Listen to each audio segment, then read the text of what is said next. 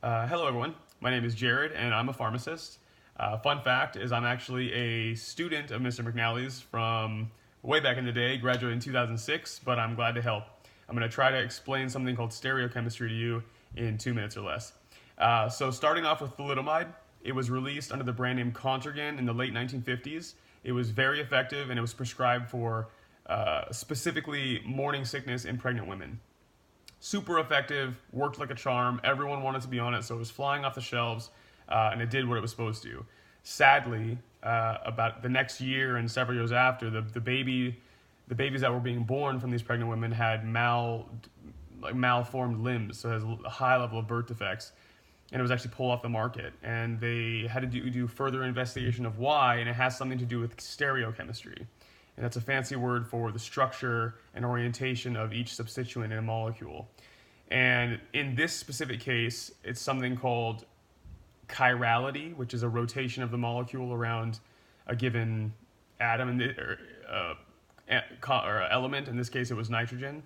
It causes an acidic hydrogen. So when that hydrogen is deprotonated, it flattens the molecule, and when it's reprotonated, the hydrogen can attack from the top or the bottom side, and depending which side it rebinds, produces a certain chirality on the center. There is an R chirality, which is the one that they wanted. That's the one that had an effect that reduced motion sickness in women. And then there was, if it attacked from the other side, it would create an S chirality, which would be leading to the birth defects. And this happens 50-50. So when you're compounding this molecule, you don't really know where that hydrogen is going to attach.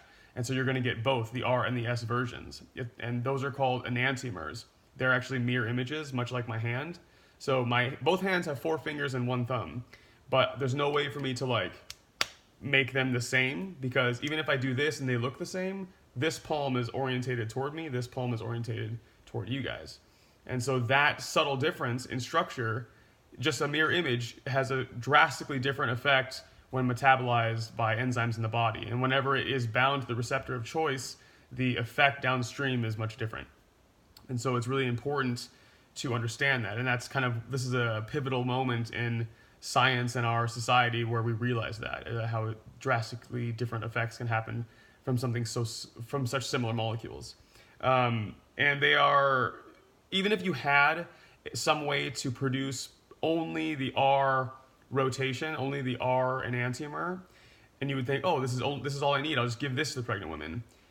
Because of the metabolism and enzymes in the body and that deprotonation of the H, it actually will convert to the S form, causing the birth defects.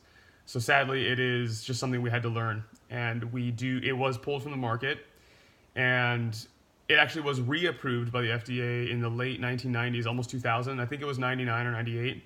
And it's approved for leprosy and certain kinds of cancer. It still is a category X, though, for pregnancy women, which means it's never given.